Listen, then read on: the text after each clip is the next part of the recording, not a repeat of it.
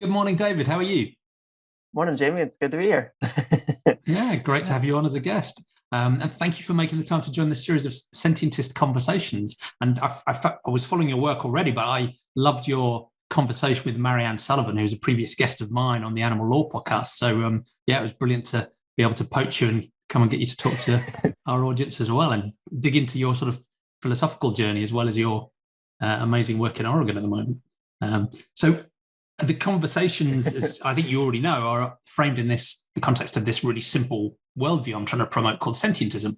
And it tries to answer the two deepest questions in philosophy, which we're going to get your perspective on here: what's real and what matters. And my obvious bias is that Sentientism suggests we should commit to evidence, reason, and compassion for all sentient beings. So it's a naturalistic approach about what to believe, and it's a sentiocentric compassion, if you like. We should care about all beings that we think can suffer or flourish or experience anything. But I'm fascinated to be able to talk to people in these conversations who agree and disagree with that philosophy. So we'll find out, your own story as we go through those crazily broad questions. But before we do that, how would you introduce yourself and your work to people who don't know you?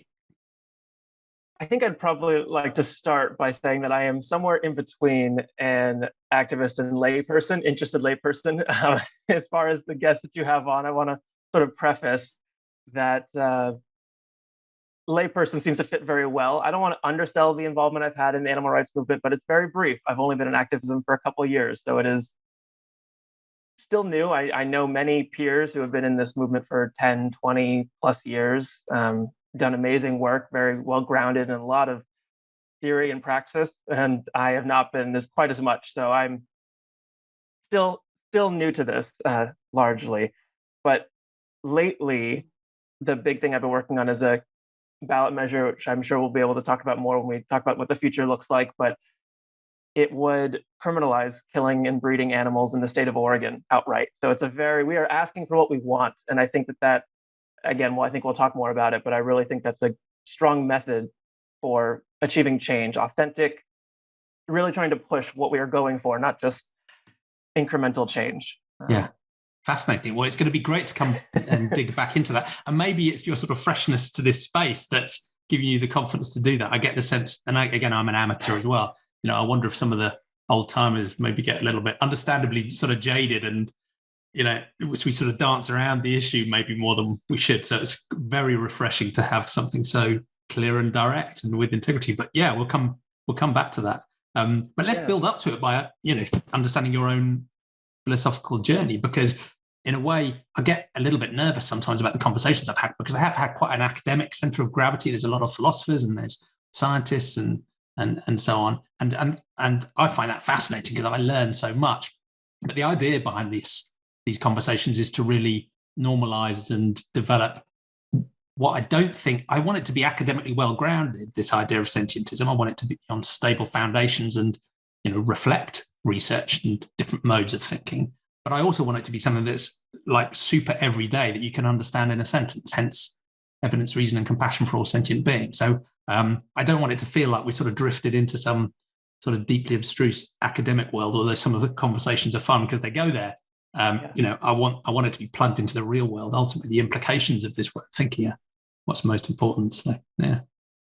So let's start by the first of those two deep questions: what's real, and how should we go about forming beliefs and credences about the world? And for most of my guests, that's a story about whether they grew up originally in a sort of family and society that was already quite naturalistic and maybe scientifically minded in the way it thought about the world, or one that was more religiously focused, supernatural, spiritual, or a mix of both, and how their thinking has shifted over time on those topics about reality and how and what to believe, if it has changed.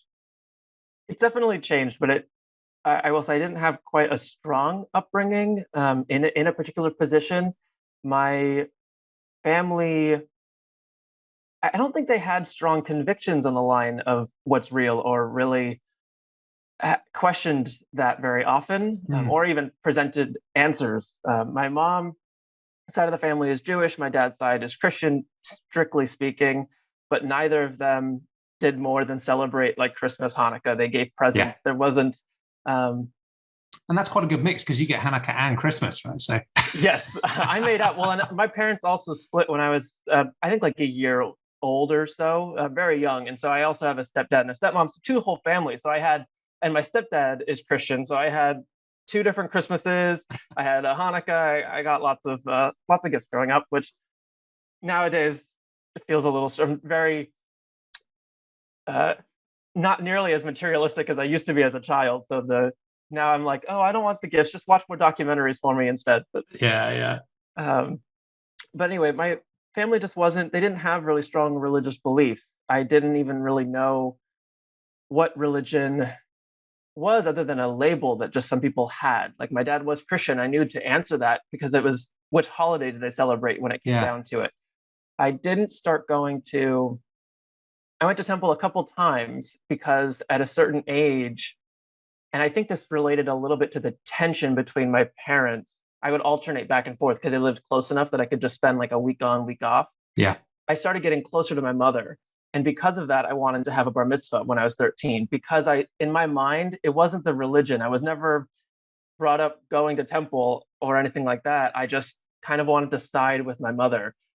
And I think that's an important experience because it made religion seem very arbitrary to me. It was just, I got to pick whichever one I wanted based off of criteria that had nothing to do with the religion itself.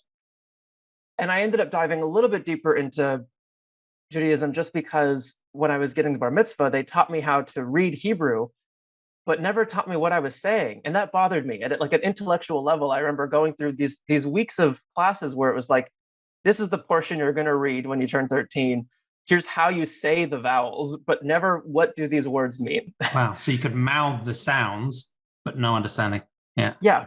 And I just thought that didn't make sense. So I ended up asking to go into a Hebrew school that was like an after school program that met twice a week.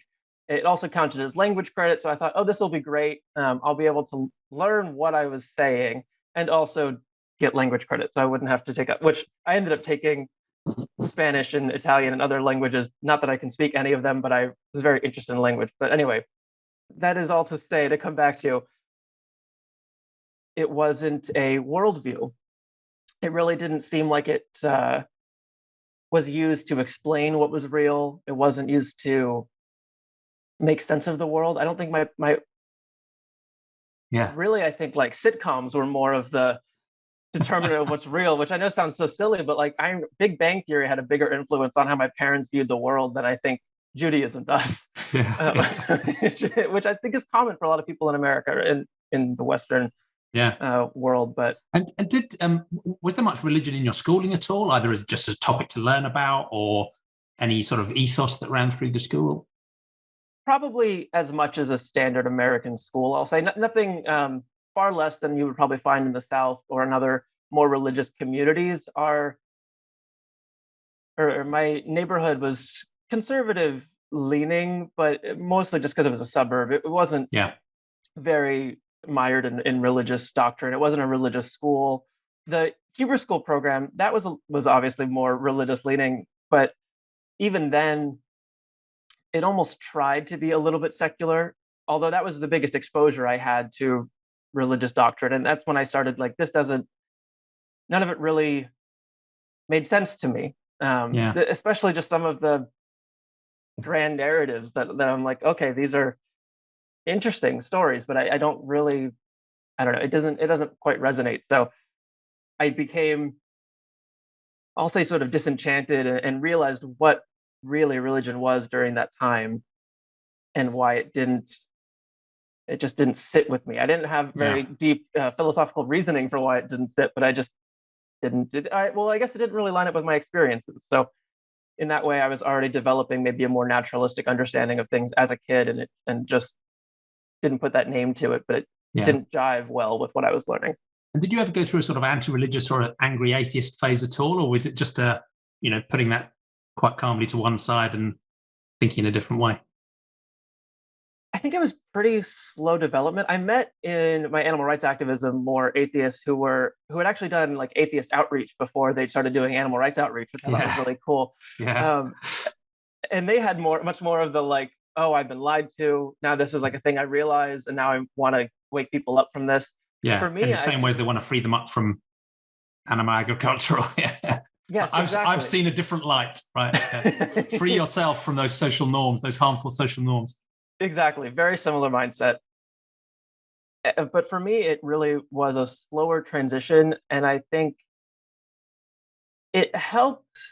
I don't really know why I necessarily felt drawn to this, but just there was a quote from this isn't a really profound quote or anything, and I'm not going to quote it, but in an interview that John Ronson did, an author, a UK author who was interviewing, I think it was an astrophysicist or something along those lines, in this book sort of about conspiracy theories and religious beliefs and etc.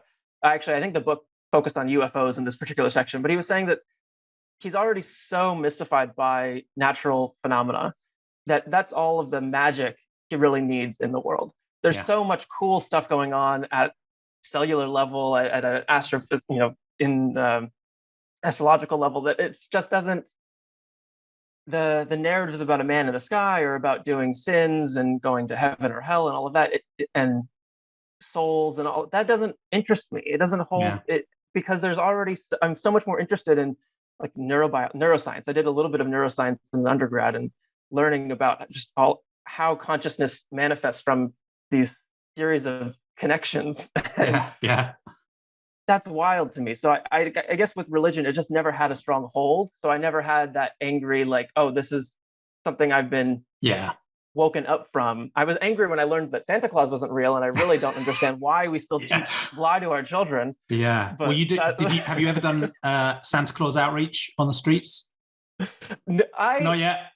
Not yet, but I should, because when I was a kid, I actually got I won this in a magazine sale, a camera that had attached to a little monitor that had a cord. I mean, this was before the wireless. It was a long cord, and I strung this cord down the hall so I would watch my tree at night, waiting for Santa to come. Santa really? Never came. Yeah, and I learned that you that queued my up the surveillance.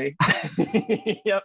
So I mean, as a young child, I'm like, this doesn't sit right. I'm going to investigate. I'm going to use evidence and reason. I'm going to record and prove that this does not happen.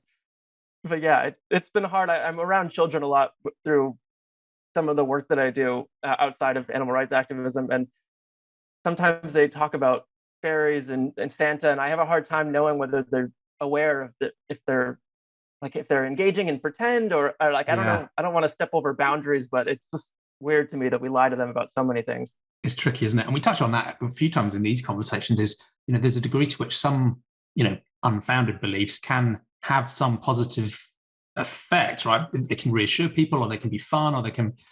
But I always have this, nagging sense that you can get those benefits without telling the falsehood, right? There are other ways of doing that. You can still enjoy the story without. Yes. But yeah, anyway, that's a different topic. But that's fascinating to understand. Thank you. And I totally echo that sense that I get such a sense of awe and wonder from reality. One, who needs magic or mysticism, but I also get the sense that quite often the supernatural explanations shut down the awe. It's almost like, okay, here's the answer, and there's in fact there's no point. In fact, you're often discouraged from looking beyond that, right? Well, it's ineffable. You're not supposed to understand it. Just accept the answer. And I'm like, no, this is awesome. I love the uncertainty, finding out more. What a journey we're on. So I share that. So I'm guessing that quite often we focus on, I guess, religion as probably one of the most common, most widely socially accepted examples of a supernatural set of views or worldviews. But it's not just religion. And we touched on John Ronson's work on conspiracy theories, and I've read one of his books, I think, The Men Who Stare at Goats, about people in the US government investing in psychic phenomena and various other things. So there's a long list of topics, flat Earth, QAnon, Stop the Steal, Anti-vaxx, homeopathy. And as I'm adding to the list, I'm probably annoying more and more people who thought they were rational and now adding something to the list that they believe in. Anyway, too late. But there's a long list of those other things. Now, I'm guessing that the way you've described your journey, you were never really tempted by any of those other sort of supernatural themes or thoughts beyond religion. But have there been any points in your life when you thought, there is a sense of something else, or something spiritual, or the soul, or the magical, or the mystical, or phrenology, or tea leaves, or astrology, or? Well, I guess I have two thoughts that came up. And I guess the most direct one first I think when I started, I really hesitate to use the word mystical because I think it comes with a lot of Yeah. context that I don't necessarily mean. But the most mystical experience that I would probably describe is when I started engaging with psychedelics, which had Yeah. a pretty big impact on my life at one point. And I think for the better, I think it actually made me much more naturalistic. I think it gave me the final push to go vegan as well. It Oh, yeah. made my mental health, just my sense of self. It changed a lot of things in a positive direction. Yeah. But that's often described in even research settings as like a mystical experience, right? And so what does that really mean? Like I didn't start thinking that. I certainly didn't come away with a belief in God or a belief in supernatural things, but at least not what I would think of as supernatural. I think Marianne Sullivan might have even mentioned this a little bit on your conversation, that feeling connected to just the world Yeah. and feeling less of a separation. Like I think that really came through, and it comes through a lot. I've been getting some insight from listening to different monks in the Plum Village tradition, if you're familiar, which is group of Buddhists who do openly practice veganism because it aligns with their stance of nonviolence. But Yeah. they have Ahimsa. it's they're very science grounded as well. They actually use a lot of science in their practice to like look deeply into the state of things and just blurring the lines between ourself and the world. Like we're not so disconnected. There's not these sharp boundaries. I think Yeah. psychedelics helped me with that, and that's sort of the mysticism that I felt. I think, if I'm gonna, Yeah. And that's fascinating. And I think I've spoken to a few people who've had a similar sort of experience using psychedelics. And some people feel like they have an analogous experience through working through meditation. For some people, it's yes, a combination of the two. And it does feel like this is oversimplistic. There's a sort of bifurcation because there are some people who think I now understand. Reality is now completely different, right? There are different levels. There are different, maybe non-materialistic, non-physical connections between things. Maybe there's a community of psychic elves that are reaching out to me, and or there's so they think reality is genuinely different as a result of what they've learned. And for other people, it's more about their own sentience, their own consciousness, their own plasticity of thinking, the way they perceive things. I mean, I guess there's a sort of fuzzy area between the two as well. So it's really interesting to see how people go down that path. And I think there is a fuzzy ground in the middle. And because on the one hand, there's the, completely sort of supernatural, mystical in a pure sense, right? I don't need evidence and reason. There are magical things connecting things that I just have this sense of. The other extreme is the sort of stereotypical sort of clinical scientist with a lab coat saying nothing is true unless it's gone through a randomized control trial. And I do think there is some really actually healthy space in the middle where even in a completely naturalistic worldview where you base your credences completely on evidence, and that evidence can include your personal experience, which we should be skeptical of, you can still touch on that sense of awe and wonder and connectedness and humility and uncertainty in a completely naturalistic way that's very enriching without ever believing in granting credence to something that's just fabricated or made up. So yeah, I think there's a fact that's, I don't know, it's a fascinating space. It is. I agree. I enjoyed engaging in a lot of that world for quite a while. It had quite a big impact. I wanted to say the other thought that I had before. I was on an Amtrak train, which is our like national train line in the U.S. And I met a passenger on there. We were talking for a while, and at one point, he mentioned that he asked me, I think something along the lines of, "Do you know you've been lied to?" And it came up about flat Earth. He believed that the Earth was flat, and it was so interesting. I had never interacted in person with someone who held that belief, and so that was sort of a new experience to get to see, like, oh, this is an authentic human being, not just an internet troll. Like it was the conversation was genuine. There's a real person there. Yeah, it was a real person. But what's so interesting is afterwards, I had the tiniest bit of fear. Like, oh, okay. I'm just like, I want to be able to, because I couldn't I didn't know what arguments to give him. I couldn't I felt myself having a hard time like arguing the position that the Earth was round. Yeah. So immediately I went home and then was looking up like arguments and experiments, and I watched the whole documentary about like the Earth being round kind of thing, which I just think is funny to share because I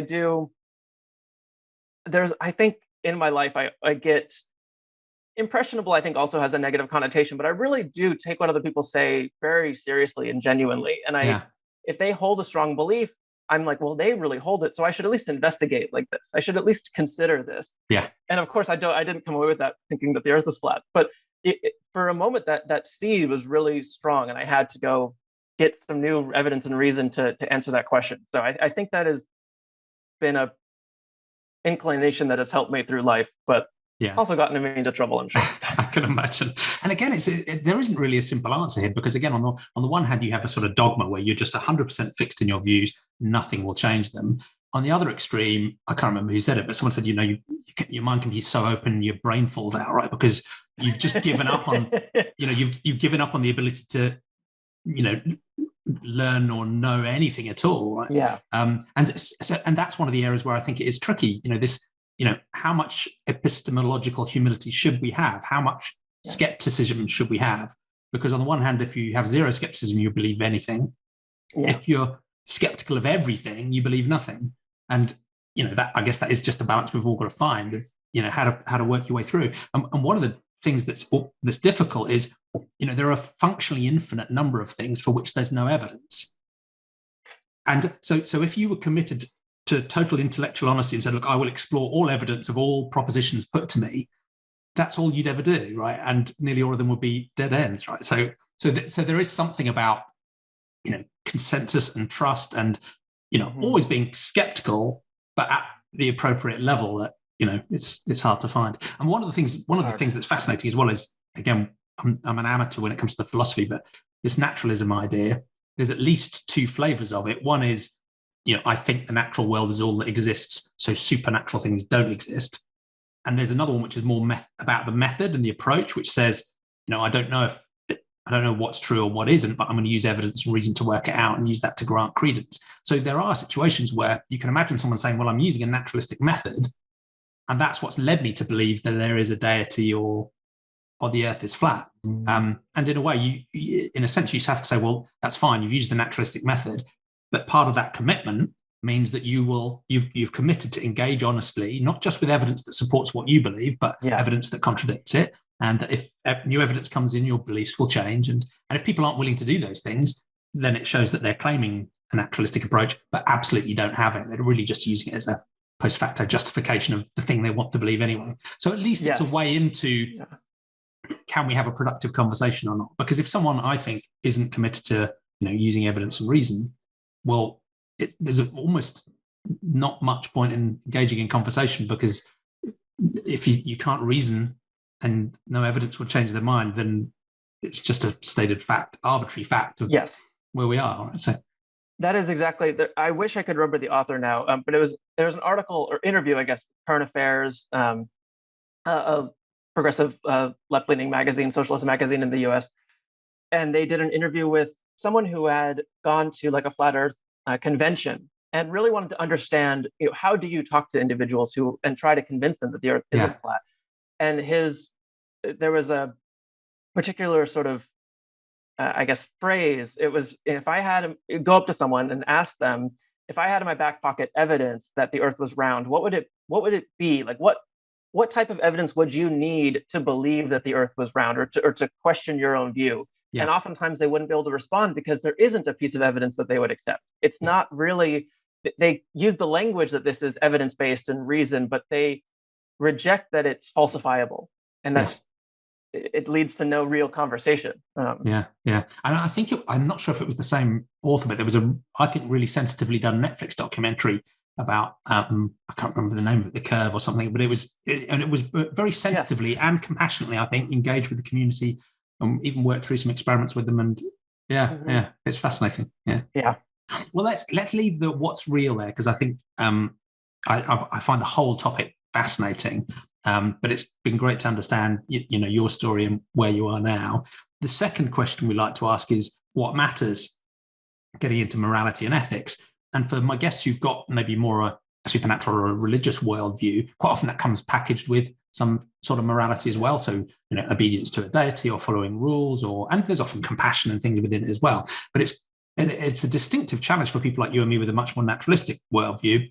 There's obviously this simplistic trope that anyone who doesn't believe in God must by definition be immoral, and we're running around, pillaging and burning and killing people, which I don't think you or I do. So we can put that to one side. But it's still interesting to say, what in a naturalistic worldview, what is our ethics grounded on, if it's grounded on anything?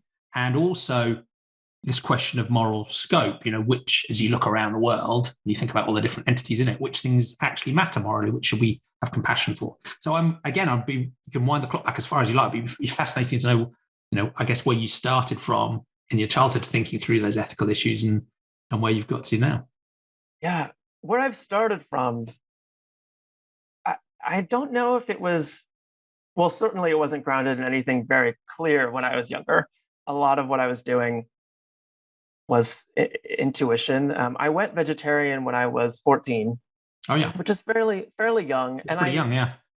I remember thinking it was for the animals. I certainly had no conception that this was like an environmentally conscious thing. I didn't understand health, and neither did my family. So I didn't grow up with the idea that what you ate really mattered for your health, which is a whole nother problem. But it wasn't a health issue either. It was very much I didn't want to eat animals, and I had friends who were vegetarians, so I think that made it familiar to me. It was something that wasn't some novel concept that I had to actually search out and figure out for the first time. It was around. So, did you have much experience with non-human animals up to that point yourself, or was it was more a sort of theoretical thing that you picked up from conversations with others? And I think it was a little bit theoretical. I mean, I lived with some dogs and some cats growing up. I mean, I was never very close to animals. I mean, I'm still to this day, it's funny, not very much of an animal lover in the sense that I don't really like being around animals. I really I want them to be happy, healthy, protected, don't want to really hang out with them. Well, and that is fascinating as well, because, and I almost think it's more impressive, right? Because as there's a puppy behind me here, right? You look into her eyes and, she's a loved family member, right? So that's a sort of obvious emotional starting point to extending that compassion. But I almost have more respect for people for whom it's like, don't really, don't really feel that, but they still matter, right? For whatever reason, when I was younger, I just thought that I didn't want to have the animals killed. And I don't really even know if I say that, it sounds kind of profound, but I don't know how much at 14 I really thought. I didn't experience a lot of death in my childhood. So that wasn't super prevalent, but I just thought I didn't want them to die. And I remember going back and reading like the reason why I didn't go vegan in my mind, because I fully thought that cows had to be milked. I remember looking online and someone saying they'd explode. Yeah, exactly. I remember believing that. And also eggs in my mind, there was just similar to how you would go out into a field and pick produce. Someone would just go out into a grass field and just pick up little eggs like on an Easter egg hunt. Yeah. So that was in my mind, okay, I can just be a vegetarian. That's the only one that harms animals. And I carried through for 11 years as a vegetarian and finally went vegan for really sort of superfluous reasons. I was aware that there were some health benefits to getting rid of dairy and eggs. And I had started dating a partner who was lactose intolerant. So I'm like, oh, great, let's just cut out. There's a trigger, yeah. Yeah, exactly. And then I started getting more involved with activism only because I was looking for vegan friends. And I found Dominion and other documentaries through just trying to expand my vegan network. Yeah. And that was really hard. I think the moment that really caused me to go into activism was seeing in Dominion, the footage of the pigs being sent into the gas chambers and killed in there. And that was really tough. It was just intuitively, I think Brian from a couple of episodes back was talking about this too. There's just a sort of a baseline of avoiding violence. I think that nonviolence is a position that I think is, I could say, effective. I don't really know where, I don't have the full language to describe, I guess, my moral position in philosophical terms, but I just think that the nonviolence is the way forward. Yeah. And this might seem a weird question to ask, but Do you get the sense that your reaction to seeing that was a sort of horror at the actions of the people doing it, the violence of the people doing it as moral agents, and you were horrified at the moral agent, if you like, the perpetrator? Or was it more a compassion for the moral patient, the victims, and how they might be feeling? No, that's a great question. And actually, so when I saw it, I was just focused on the animals. I don't even, when I think of Dominion, I can't even really visualize the people involved. It's very much, I saw them screaming, and that was when the pigs and just screaming and trying to escape. I thought they want to be out. Like that is clearly their intention. They are suffering. That needs to end. Yeah. But it's funny because when I actually had my mom watch Dominion, and she watched most of it. She didn't watch all of it, but she watched a good part of it. I've been trying to get her to go vegan for a little while. But when we had about an hour or so Skype session afterwards, and her first reaction was, I want to do to the people what they did to the animals. And it was a very, very different response than I had. And as your question points out, I think she was very focused on the individuals and their actions, and not really on the victims and the animal suffering. It was still human-centric. Yeah. Which explains, I think, in part why she hasn't gone vegan yet. It is even the steps forward have been really still human-centric, because they've been, for me, she very openly admits that she's doing a lot of what she does because it would make me feel better, not out of her own interest or the interest of the animals. So that's fascinating, isn't it? And of course, there's layers of complexity here, because the individuals who you might see on the edges of the camera frame themselves are also part of a sort of mechanistic system, and often don't have much choice in what they're doing either. So it can be difficult when you see those things, but they warrant our compassion too. Whereas it's interesting, her reaction, understandably, when you see a perpetrator of obvious violence, that's part of the reaction. And that's one of the things I find fascinating, again, amateurishly, with this ethical idea, is because when you look up lots of definitions of ethics, they do talk about, it's judging the intent and the actions of the moral agents and working out what things to do are right. And I think, well, okay, that's a useful thing to do, of course, because we want to do good things and not do bad things. So fine, it makes sense.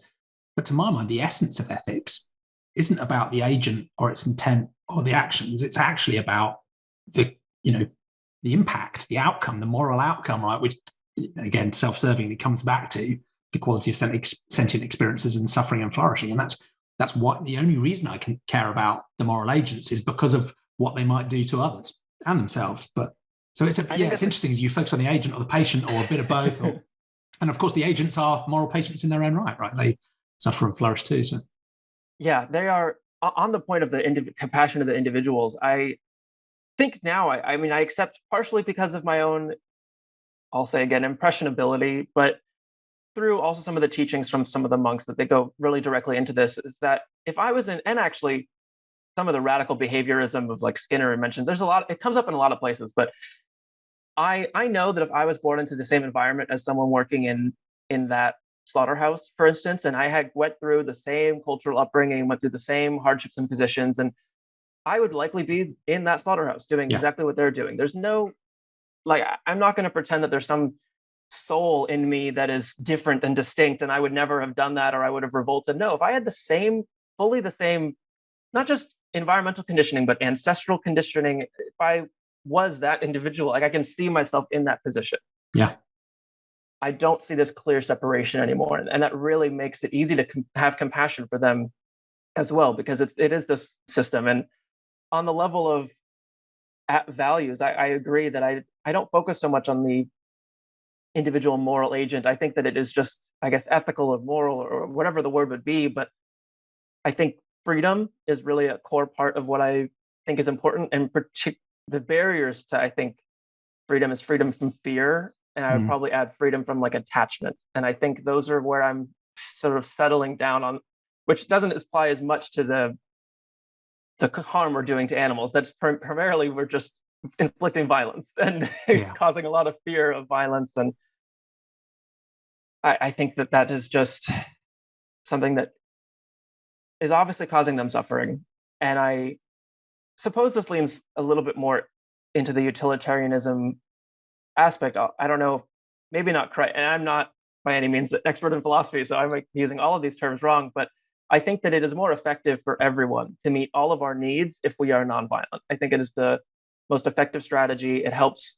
Like I personally, when I act violently, I certainly might meet some of my needs more quickly. Like if I steal food from someone, I might meet my need for food very quickly, but I'm going to lose other needs in the process because I, for whatever reason, have this intrinsic need to have compassion for others and to be kind. And that I don't want to sacrifice those to meet something else in the process.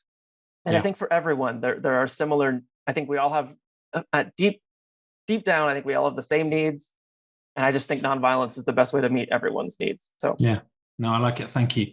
And I mean, this goes a bit off piste, and again, it's another one of these areas where sentientists disagree on so many different things, because I'm trying to keep it as a very simple pluralistic platform. It is just evidence and reason and compassion for all sentient beings. So on the latter, you can still apply almost any ethical system you like. You can have a deontological set of rules that talk about kindness to all sentient beings. You could talk about virtue ethics that, again, have kindness or compassion built in for all sentient beings. You can have a feminist care ethic that is caring for all sentient beings. You can have a relational approach that recognizes the value of relations between all sentient beings. So as long as you're including all the sentient beings, you're not excluding any from moral consideration, go for your life. You can have all sorts of different approaches, including a consequentialist or a utilitarian approach. So there's enormous plurality there. But one other area where many sentientists will disagree with me is I suspect that this focus on moral agents and even moral responsibility and even free will itself might all just be complete red herrings that lead us into, I think, difficult ethics. And I think if you bite the bullet on a full-on hardcore deterministic view, right, that says ultimately it's moral luck all the way down, right? You didn't choose your genetics, you didn't choose your upbringing, you didn't choose your environment. We might not like the feel of it because we feel different and special and somehow magical, but we are just physics. When you follow that through, what really matters is, looking forward, the impact that our choices have on the suffering or flourishing, the life and death of other sentient beings, and thinking about, am I a moral agent? Do I deserve punishment? Should there be retribution in our justice system? I'm not sure. I think you could actually get to a much more compassionate way of thinking about justice and fairness with a universal compassion, and you can almost drop the agency. And I think it'd be helpful because I think that's one of the barriers to, I think, restorative justice practices. We're so focused on the retribution and the moral agent, and we're not focusing on the relationships. We're not focused on the effective methods to build peace long term for future generations. We are so focused on the fact that one individual did wrong and now they deserve to be punished. And even just telling ourselves that individuals deserve something, I think, is harmful. I think that in itself is a violent thought to have. So My eldest has just written a school project on that topic, and that was really her conclusion. She's almost saying, look, some people are scared about facing up to free will because they're worried that justice disappears and we have to empty all the prisons and never punish anyone. She's like, no, that's not the case, right? You just drop the retribution, but you can keep restoration, you can keep rehabilitation, you can still keep, you still need to protect the public and protect people. You actually end up with a more compassionate justice system. And that justice system will still be harming perpetrators, of course, right? Because you still may well make sense to lock people up, harm them, constrain them, even kill them in extremes, right? Because of your compassion for the harm they might do to others. So it doesn't mean it's appeasing or weak. It just means you drop retribution, because the only thing retribution does, and deterrence is another, of course, but the only thing retribution does is just causes more suffering. For what, right? So I find it's a fascinating space. So it really is. It reminds me a lot. I mean, I've also been gaining a lot of insight from nonviolent communication, specifically articulated by Marshall Rosenberg, who is just very big in that space. And there's this place for the protective use of force, which I think is sort of what you're illustrating. Like if someone is harming the others, you can prevent them from harming others, or if they're going to harm themselves, like a child running into a busy street, you're allowed to grab their hand to restrict their freedom and use force to get rid of their autonomy in that moment to keep them from running and getting hit by a car. And you can similarly, if someone is trying to go out and harm others, whether they be animals, whether they be human beings, whatever it is, you should still be able to use force to protect, but that is different from violent use of force or any sort of that's the distinction that they make. It has to be in service of protecting either a life or an individual rights. And I think I have read a little bit of existentialist ethics, like Simone de Beauvoir, and Ethics of Ambiguity was really a book that had a big impact on me. And she says very similar things, although I think even far more radical than people give her credit for. Of just like, you have the sort of imperative to harm others to protect other people. And it's a very, the freedom to oppress others isn't a genuine freedom that we should respect. Yeah. That's long.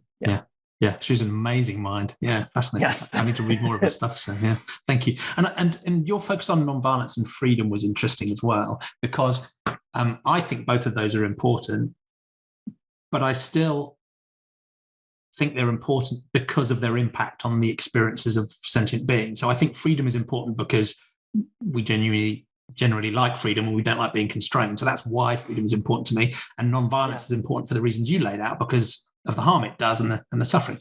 But I do worry that, I just draw everything back to sentience or whatever anyone says. I'm like, yes, that's because of sentience. But I do think there wouldn't be anything else, right?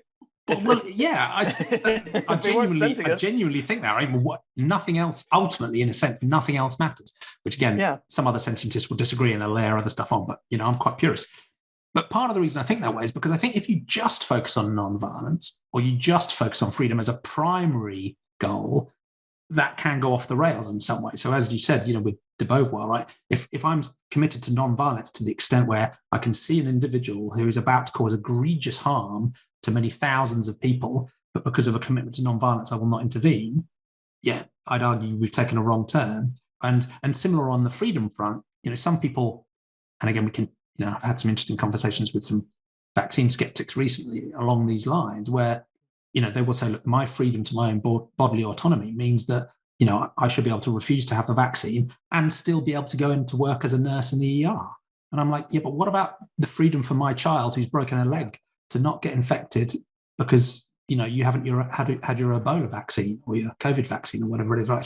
So again, I think that's one of the things that worries me. If someone picks a different absolute, all of a sudden you find ways of, justifying enormous suffering and death because I think you've, picked something else. But I think nonviolence and freedom are really important sort of indicators of and markers for something deeper. But I think as long as we come back to that sense of suffering and flourishing as being the foundation, but I'm biased.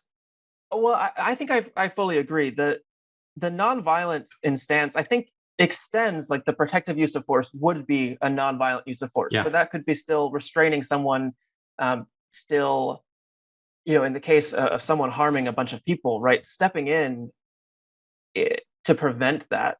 I think that there are. That's an important clarification, isn't it? Yeah, it really is, because that is it's just not the punitive. It's sort of distinguishing between the punitive use of force and the protective. So you're not using any sort of force to punish them for something they're doing wrong. It is to protect either themselves or others. And so that is, it allows that. But I agree too that everything comes back to the sentient aspect of it, because I also see freedom not as an abstract principle, but as a need that is experienced of individuals who are sentient. Yeah. So we have this need for freedom, and animals have a need for freedom. And in order to meet that need, we need to get rid of violence, because if you're afraid of a small example, I became very fearful of going into large public spaces after so many of the mass shootings, particularly some of the ones that impacted communities that I frequent. And it became really burdensome. I wouldn't go out into clubs anymore. I would avoid grocery stores for a little while because of the one that happened in Boulder had a grocery store that I frequent, or a group. And it was, you end up restricting your own freedom when you're living in fear of violence. And so that's really what I mean by nonviolent also being the effective method to achieve freedom, because we're not going to be free if we're constantly fearful of someone harming us or taking away something from us and hurting us in some way. The animals are clearly not free because they're directly experiencing that fear, and they live under mostly fear. That's where the value of freedom comes in for me. It is only because it is experienced as a need of an individual rather than an abstract concept. Yeah. Thank you. So in terms of foundations, there's nonviolence, there's freedom, but it's grounded what sounds like in compassion, And as you talked about your journey to veganism, that it feels very much like a compassion for essentially all sentient beings. And in that moral scope, some people will go beyond that, and they'll say, look, yes, sentience is important, but we should also have moral consideration for the biosphere, for plants, or even the ecosphere, rocks and rivers and trees, and the earth has Gaia and ecosystems. What's your sense about going beyond sentience and how we should think about those morally? It almost feels like two different spheres or questions, in the sense that if freedom is a need, I think that only sentient individuals have these sort of needs for freedom, needs for food, needs for sleep, right? Those are things experienced by sentient individuals, whether they be non-human animals, human animals, whatever it is. The environment doesn't have those needs, right? The trees don't sleep. They don't. They have certain need for sustenance, so there are some, I guess, needs there. But the need for freedom, it isn't there. That is something I think that is strictly to sentient individuals. Yeah. That isn't to say we shouldn't have consideration necessarily for the world, because I think, going back to not feeling separate from everything, I think that trying to just separate us and create clear marcation between I am this human being individual, and then the tree next to me is the separate tree, completely different, and the soil is completely different. And when you really realize that I was made out of the food that came from the soil and the nitrogen from the atmosphere, and all of that is in my body now, and it is all one big connected thing. We're all quarks and electrons and muons and gluons. Yeah. So we're all connected. So I think there's sort of the responsibility, in a sense. I don't know if I want to use the word responsibility, but I feel connected and want to have compassion for things that do extend beyond the sentient boundary. But the idea of trying to prevent violence or for fear and provide freedom, that only applies to those individuals who have that need. That's I think how I would. Hopefully, I didn't do a horrible job articulating that. that makes sense. That makes sense. And I think you're right, because in a sense, there are some people who are claiming that trees and plants are sentient, and although I've never seen any serious research even claim that, to be honest, it's normally things people talking about their behavior or their communications. But you could argue they have a need in a sense, but I don't think they experience that need. So, I think that is a fundamental difference. And I'd agree. I mean, I guess there's at least two ways you could, care about stuff beyond sentient stuff. The one is that sense of just connectedness and why damage anything, right, if you can avoid it. There's also the instrumental concern, i.e., look, the reason I care about the ecosystem and rocks and rivers and plants and trees is because they're super important to all of the sentient beings, the quadrillion sentient beings, right, because of those webs of dependencies. But I think that is different from granting them intrinsic moral consideration in their own right, because I think, and even if you do, the capacity to have experience suffering and flourishing still is distinct and separate for me, and should put sentient beings on a different level. And one of my bugbears that my listeners will be bored of me saying is, that's one of my deep frustrations with the modern environmental movement is, in a sense, they're claiming this sort of broad ecocentric concern, but they still carve out many trillions of very obvious sentient beings from their moral consideration. And I'm like, well, that doesn't work, right? These are supposed to be concentric circles. If you've gone broad, it's not a donut, right? It's not a donut. You don't care about, you don't grant rights to rivers and not grant them to a pig, right?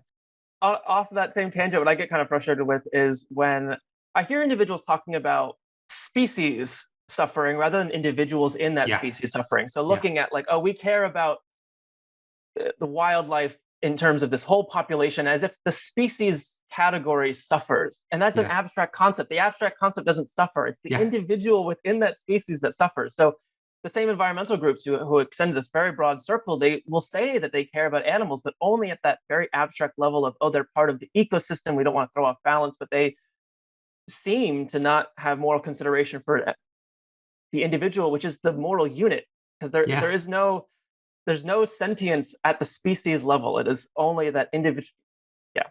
Absolutely, we're preaching to the choir here both ways, but I like it. It's nice to have some of these conversations where we're like, yes, you're absolutely right.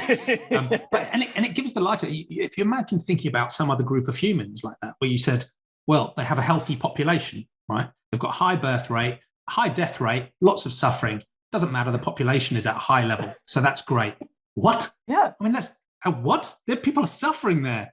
But that's exactly how we think about non-humans in many instances. I was having a conversation in a middle school setting, and it was an ethics class. This was a Montessori middle school, so they had some cool curriculum, but they were talking about wildlife animal suffering and should they get involved. And one of the students at one point made a comment that, well, when the weak animals get killed off, it's better for the population. Yeah. And I just asked, as like a thought experiment, would you extend that to human beings? Because there are some individuals, human beings, who are weak, but we don't consider killing them to make the human population better. Wouldn't the individual who you're suggesting kill not want to die? And she ended up really resonating with that, and then I think expanding her view to animals as well. Like, oh yeah, I guess they don't want to die. Maybe we should protect them. And at least, she got to her position at the end of this brief conversation was that we should sequester the weak animals, keep them safe, but put them in a sanctuary so they don't weaken the gene pool, which is at least slightly better, I'll say. Some sort of progress, yeah. Yeah, it at least gets them to consider the individual. But it was so interesting to have that conversation. Oh, that's fascinating, yeah. And it's interesting. The conversation came up around wild animal suffering because, to be honest, that's a really difficult challenge, even for many vegans and many in the animal advocacy movement. Because there is this, again, it comes back to what we were talking about before. For many animal advocates, in a way, the problem is, of course, they have compassion for the suffering animals, but actually their primary concern is about the human agents that are doing this terrible thing. So if we can stop the human agents doing the terrible thing, right, we can end animal farming. And to be fair, we can stop humans engaging with wild animals in ways that are harmful, and we can just withdraw. Then we can just leave the beautiful, romantic wonder that is nature, and there is, is thereby perfect and glorious to its own ends, right? And our responsibilities are done because we've stopped doing the bad stuff. And I'm like, as you implied there, right? But don't we grant moral consideration to the quadrillion sentient beings in the wild that are still suffering, even if it's nothing to do with human intervention? And that doesn't mean the answers are easy. No, That's not an excuse for excluding them from moral consideration, right? It's not just about moral agents; it's about moral patients, and there are many trillions of them. More than are in animal farms. So, I'm not pretending easy answers, but no. Just because a problem is difficult doesn't give you an excuse for excluding any sentient being from your moral consideration. Yeah, all suffering has to matter, surely. Like I said, that's difficult for even many people, who we fight alongside in terms of animal advocacy. Yeah, I think because it's a hard question, you're right. People want to just not really engage with it, but it is, even outside of the justification that we are moral agents doing it, I do understand at least the argument that we can have such a quick and immediate impact. There's so much easy solutions to get rid of so much suffering now. Oh, yeah. I think once people do that, the conversations will become a little bit more real and a little bit more like, how would we get involved with wild animal suffering? I almost hesitate to have the conversation now because until people start caring about the animals they're directly hurting, it's almost like, okay, this is like the environmentalist. I don't want to expand and think of the whole world as this moral consideration and have the donut and not have the centerpiece. So. And I think that's entirely fair because it's such an obvious, egregious wrong, and it's such an obvious opportunity and a win-win. I completely agree. So I'd certainly go along with that focus. Yeah. But I love talking about wild animal suffering. It's an interesting topic to me. Yeah, sure. I've been lucky to interview Aditya from Animal Ethics and Carl Johansson. Both of them specialised in wild animal ethics. And Carl's book is. Sorry, Carl. Right, still we can try. If I ever did, that's a field I would study for sure. If I could, I don't think there's that many programs that are focused on it. Welfare biology, I think, is the proposed PhD title. But anyway. Yeah, that's one way into it. Yeah. Well, maybe once you've fixed Oregon and it's a sanctuary state, then we can move on. Well, so let's come on to the final question, which is, how can we make the future better? And we are in this weird situation where I think you and I would probably agree that a sort of naturalistic way of believing is well-founded. I don't really know what viable alternative there is. And this sort of sentiocentric approach where we say, look, in simple terms, all suffering should matter, also makes sense in terms of the scope of our compassion. But nearly everybody on the planet disagrees with us at the moment on one front or both. People will have a broad range of completely unfounded beliefs and credences. And many people, while they might agree with us in theory about all suffering matters, in practical terms, that does not play through into the choices they take either. So in that context, how do you think about the future and how we can drive positive change. And, as part of that, it'll be fascinating to learn more about what you're driving in Oregon at the moment, because I think it's a brilliant example. I'll start talking about that, because I think through mentioning it, there will be sort of, the theory will sort of come out. But the initiative I'm really excited about. I think partially to one of the things you said really early on at the beginning, I think me being new to this, I'm a little bit naive of what we can accomplish, which is, I think, helpful, because then you need to be naive to challenge institutions like this. I'll preface with that. But this initiative, we're trying to get on the ballot. It's a proposed ballot measure for the November 2022 statewide general election in Oregon. And what does that mean as a ballot measure? How does it work, and what impact would it have, even in general terms? Yeah, that's a great question. Because many people, this just isn't part of the democratic machinery around the world, if they have democratic machinery. But I take that for granted a lot. Not only is it not a common practice outside of the U.S. in some places, but also within different states. I mean, I forget the number, but there's only a certain number of states in the U.S. that actually have the ballot measure process. So essentially what this is, it is a bottom-up approach to legislation, I'll say, as a general idea.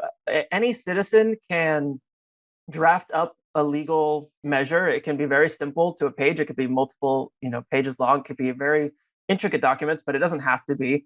It can be an amendment to the revised statutes, which are just our statutory laws, or it could be an amendment to the Constitution. Slightly different requirements depending on what you choose, but they're roughly this, same overall picture. You draft up this legal language, and you go out and you get signatures at the simplest level. You just get enough people to sign. If you get enough voters in that state to sign on, that you say, hey, I want this to be voted on, it goes onto the ballot, and then people have a choice of either voting yes or no to this question. So it could be an amendment. For instance, Oregon gave women the right to vote via ballot initiative prior to women on the national level in the US winning the right to vote. So it goes on to the sort of list of election questions alongside, voting in a new governor or, whatever else is going on. Yeah, you'd have a bunch of candidates, and then usually at the end, I think they have the ballot questions, and it's just they give you, it varies a little bit by state, but in Oregon, you get like a 15-word title of like what the main effect would be, and then you get text like, if you vote yes, this is what's going to happen. If you vote no, this is going to happen. Yeah. And you just vote yes or no. So you can be voting yes or no to give women the right to vote, for instance. Or in our case, it would be removing the exemptions from Oregon's animal cruelty laws, which effectively, the way it's actually going to be written if we get on the ballot, the way it'll be written is whether we criminalize the intentional injuring and killing and breeding of animals for really any purpose other than self-defense and veterinary care. So it would be very radical initiative. Wow. It's fortunate because Oregon, every state does cruelty laws differently as well. And we start out pretty broad or all-encompassing with animal abuse, for instance, just simply meaning the intentional injury of an animal or the intentional reckless injury of an animal. And obviously, when you kill them for farming, you have to injure them. And when you hunt them, you injure them. And when you, usually to get them angry in rodeos, you injure them. Or when to do lots of things, you end up injuring them. And so the way they get around that is they have a bunch of exemptions. They have a state law that says any of the following practices, they don't count as animal cruelty, either abuse, neglect, or sexual assault. And so that includes slaughtering animals for livestock. It includes killing them for pest control, wildlife control. It includes hunting, fishing, trapping, any use in rodeos, research and experimentation, they are exempt. So there's just exemptions for really everything you can think of. Anything humans want to do over and above explicitly enjoying the torture. Yes, exactly. That is too much. If you're really enjoying it, then that is the problem. And otherwise, that, again, I don't want to keep coming back to this theme, but it does resonate, right? That distinction is about the motives of the agent.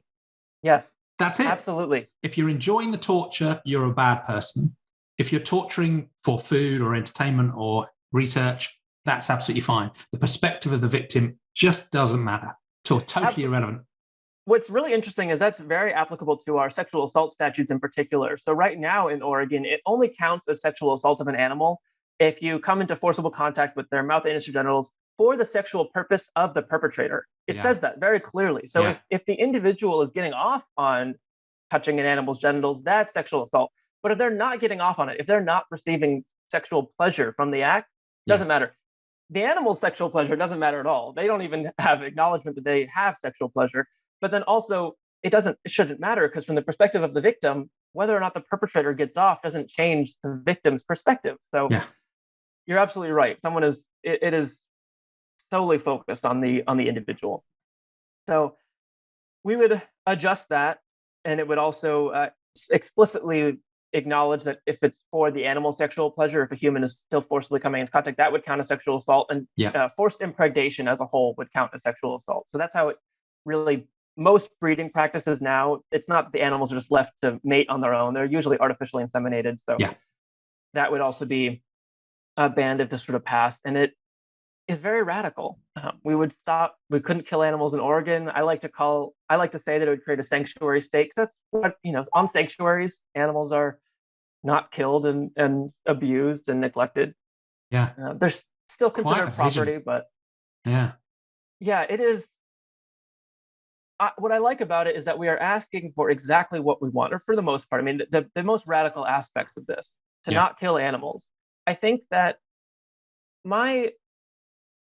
I don't really want to go down the road of whether or not it's effective, because I don't know if I have all of the data on what is going to be the most effective. But for what feels most authentic and meets my needs, when I participate in things that are more incrementalist, I always feel a bit sad, because I'm not being genuine with what I'm asking for. And a great example, I still participate in the fur protest. I think that fur is dying, and I think we should, while we have the momentum, let's get rid of it.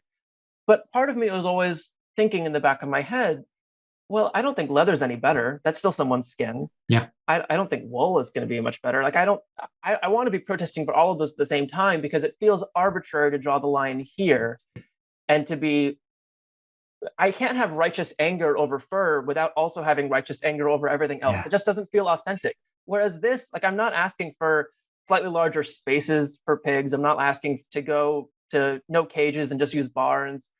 That's not authentic to me. That's not what I want. That's not the vision of the future that I'm going to fight for, or that feels meaningful for me to fight for.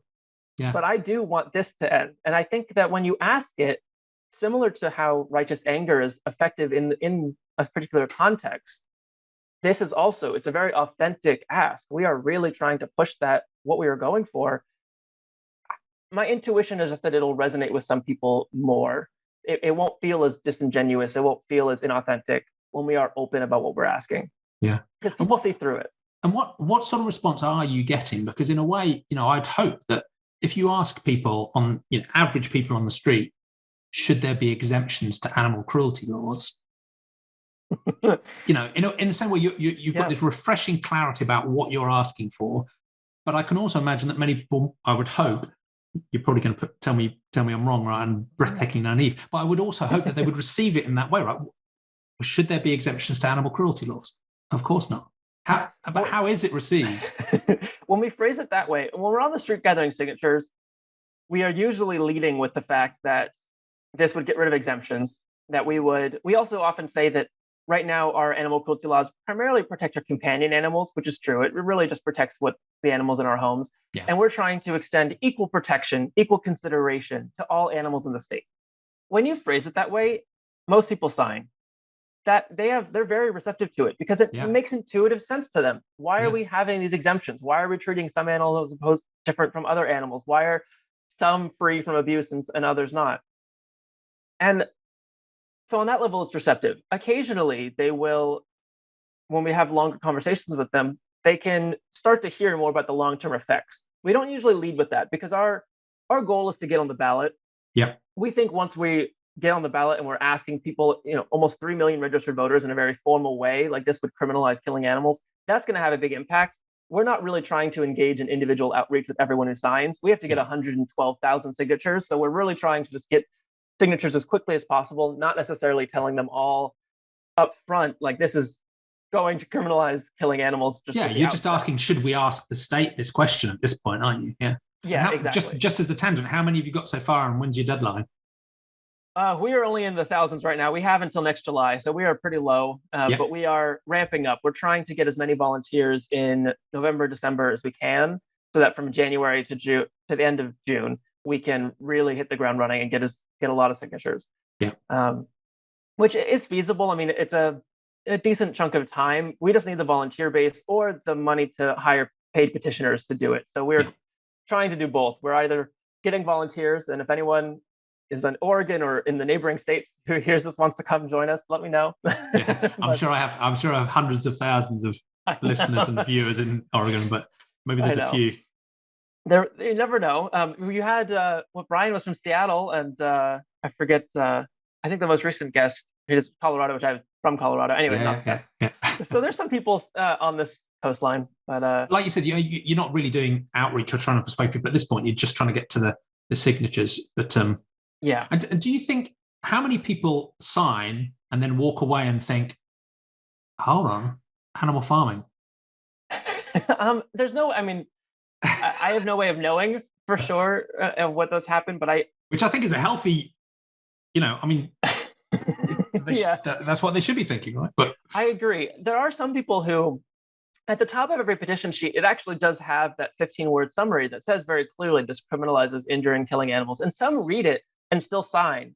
And I'm really interested in knowing what's going on in their head, because I don't ask them. I get a little fearful of, maybe they'll want to cross out their signature or something. So if I see them read it, if they ask questions, I respond and I talk openly about them. But I usually let them initiate that conversation. Some people do read it and they just sign and they go with their day. And I don't know who puts the pieces together. I know some do. Like there was one, actually a couple women who, when I mentioned that animals right now are exempt from sexual assault laws, they quite quickly asked if that included forced impregnation, if that included the artificial insemination of animals. Yeah. And my impression wasn't that they were vegan. They didn't say that with like a lot of enthusiasm or joy. They still signed, but I feel like I would have known if they were an animal rights activist or not. But it's just people who are starting to piece together that, like, yes, this is what abuse actually looks like. This is what sexual assault actually looks like. It is not this horrific exception to the rule. It is like a real common day, everyday practice and routine, and it is inherent in most of these industries. So I think some are making that connection, but not all. Yeah, and in a way, that's an interesting counterpoint, because there's so much money in terms of PR and intelligent marketing that's developed by these industries to give this sense that there is no cruelty in animal farming. And if that's true, what's the problem with banning it? That's I know. It does force people to, I can almost imagine, at some point, particularly if you get onto the ballot, farmers are going to have to come forward and say, basically, we need to continue cruelty to animals. Well, because you can't say this presents a risk to our industry, and it's not cruel at the same time, because I don't know. It's just going to be fascinating to see how it plays out. It will be interesting to see. So far, I mean, they essentially just say that what they're doing isn't cruel, and I think they get around that. A lot of people, or at least it seems like a lot of people base their morality off of the laws that they follow. Yeah. And so if this is what currently in law says is cruel and not cruel, and it's simply a distinction based off of where the animal is confined or located, killing them is cruel or uncruel, they really take that to heart and say, okay, it is only cruel if you're doing it to an animal who's a companion animal. It actually is even less to do with the species. If someone has a pet pig, someone would probably still say, oh, it's cruel to just go in and shoot them in the head. Yeah. But it's not cruel to do that to your farm animals, just because that's what the law says in a way. And this is what is, I don't think people go through the thought like, oh, it's necessary even. I think it's a justification after the fact. I just think that this is what they do, is what society does. It's what everyone is doing. So it can't be cruel. Yeah. That's why I think changing the law is going to be so important, because there are a lot of people, and this goes back to my family, how I sort of joke that their worldview is based off of sitcoms. I think it's sitcoms and the law. I think both of those, like what society is telling them to view as normal or legal or right and wrong is just from those areas. And so if we change the law, or we're trying to change the law, we show that the law can be changed. I'm hoping that it'll also show people we decided this. This isn't like the law coming down from above. We are the ones who can choose what we think is right or wrong. So yeah, it's fascinating. And I when I started getting involved in this space, I guess I started out with a fairly naive view about the position of the law, that public opinion and culture changes and things shift, and then norms change and then laws are updated to reflect that. And that absolutely doesn't have to be the case, right? Law can actually be an agent of change and a driver of change. And, the Sentience Institute have done some fascinating work, and you look back over different, human social changes, and quite often it was, whether it was the death penalty or, various other things, or gay rights, right, where the law changed and then, public opinion massively switched afterwards. Yes. So it's really fascinating. And it does seem like more people are trying to work on this aspect. So obviously there's the Non-Human Rights Project, and Stephen Wise's work for over a decade, which some will say, look, why are you picking on specific individual animal cases? Why does that matter? But the implications and the ripples that those law changes could be very broad. There's the work that Sentience Politics are doing in Switzerland with, again, I think a similar sort of ballot initiative type idea, where they're from the ground up trying to work on propositions. I think theirs was more focused on factory farming. But there's also lots of local initiatives where even people at the council level, there was one recently in the UK where people were working to get planning permission rejected for a new factory farm. Nice. We don't want this to go on here, right? So, and that's one of the themes that's come through many of these conversations. Of course, there's this debate about individual personal change and how important is it to go vegan, and institutional levers and so on. But it's fascinating that there are so many different ways any individual can have an influence, through your own decisions, but also as, a petitioner, as someone who's driving law, as a stakeholder, as a voter, We can make a lot of system change as individuals, for sure. Certainly we need to help each other out with that, because it is quite a large task, but it is a lot. There's a lot that we can do, and just asking for it. I think we just need to all be authentic with what we want and go for it. Which is maybe really naive, but I do. I think if we don't ask for the. It's the sort of naivety I love. It's got a clarity and a freshness and an integrity to it as well. As you say, you're asking for what you want. What reasonable person could refuse that? Oh, and I will also tie in, I think that it relates back to the reason why I also find some resonance with this initiative is it reminds me of the protective use of force that we talked about in nonviolent communication, where if this were to pass, where it would be criminalizing this. And the goal is not on individual retribution, but it is to say to people, we are going to use force and stop you from doing this. And even though right now we don't have the power to actually go around and physically stop everyone from doing it, we are saying that this is worthy of something to force a stop. We really do consider this a vital enough issue that we want to force people to stop harming animals. I just think that's important.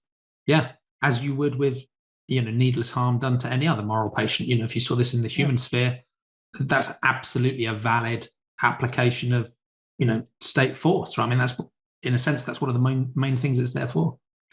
So this is jumping ahead quite a few steps, but if you imagine a situation where you get it on the ballot and you win, which would be a mind-blowing achievement in its own right, what's your sense about the transition required? And it's probably an unfair question, right? Because it's just a way off. But if you can imagine, oh my God, it's actually happened. Because in a way, I think this is one of the more, sometimes we can feel very negative in this sphere of non-human animal ethics just because of the scale of the problem. And to be honest, globally, the graphs keep going the wrong way, right? So I think we're making progress, but we're just slowing the increase rather than bringing the numbers down. So it can feel very negative. But one of the positive things, I think, is that in a way, the moral argument and some of the technical arguments feel like they're basically won. It's just breaking through these social norms.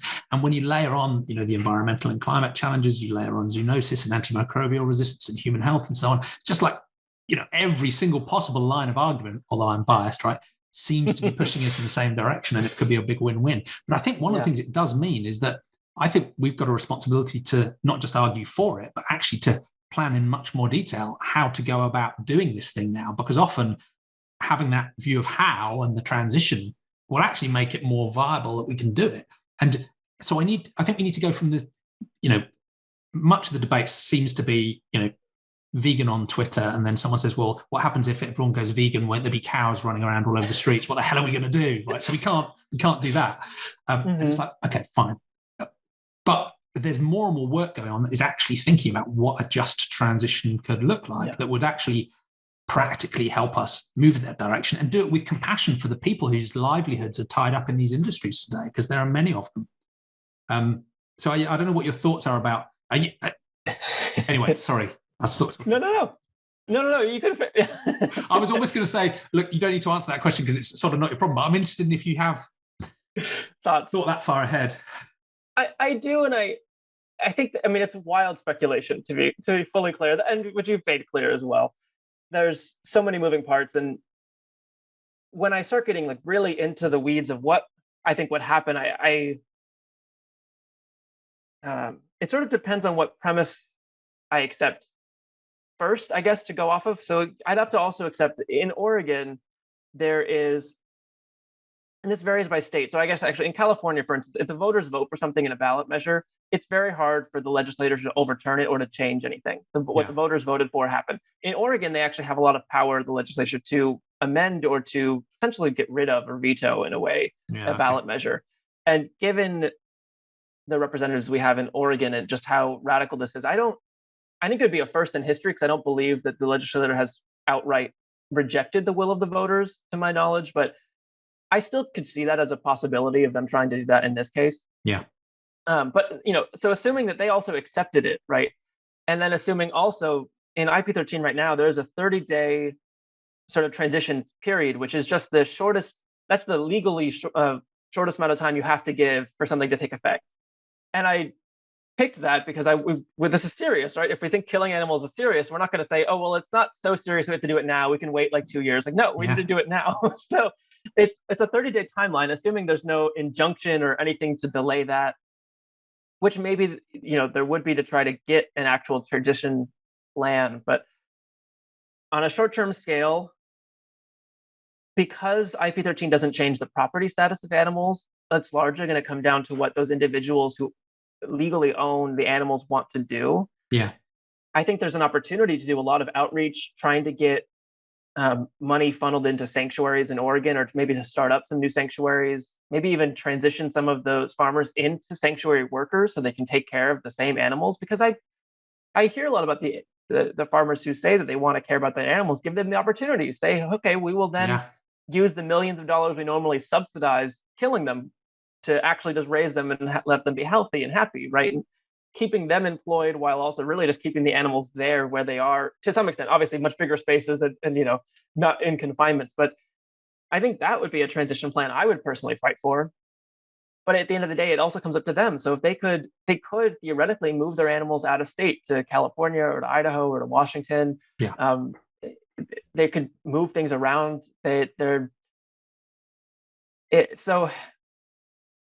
really, I think, it certainly protects the animals while they're in Oregon, and I think it would create. It could end up creating a system where we're trying to get animals into Oregon from other states. We're trying to protect them and rescue them and bring them here. And I'm sure it would set up a really interesting infrastructure of moving animals into the state. But it's hard because if you vote for something that large, that systemic change, if you really vote yes on criminalizing killing animals, that is an individual behavior that I think would get a lot of people to question whether or not we should be doing this anywhere. That's, I think, the bigger goal. Because if people really say that this is something we need to end, why would we just want to end it in Oregon? The goal is not to just stop in Oregon. The goal is to end it everywhere. And this is just a starting point. It's really trying to get that conversation like, oh, look at this. This is an issue that people are really asking. People voted on it. They said, yes, we should stop this. What are I forget, I saw this was on Twitter somewhere, but someone had a conversation with some executive in some meat company, and they were saying, it seems like by 2030, the future is we need to be kill-free. Yeah. Well, if we vote on ending the killing animals in Oregon, that's going to send a really clear message to these industries, like, oh yeah, it really is kill-free, and probably sooner than we think. I think the impacts are really much less individual and more systemic, and a little bit more ideological rather than practical. Yeah. So that's why my vision of the future, if it passes, is so contingent on what would the momentum be in terms of how would we get this now on other states, and what would the response, the conversation be? No, fascinating. Thank you. And again, in terms of public opinion, it can feel really frustrating because these social norms are so deeply embedded. So people are so resistant to changing, and there's something particularly emotive about food and animal farming and agriculture that makes that doubly hard.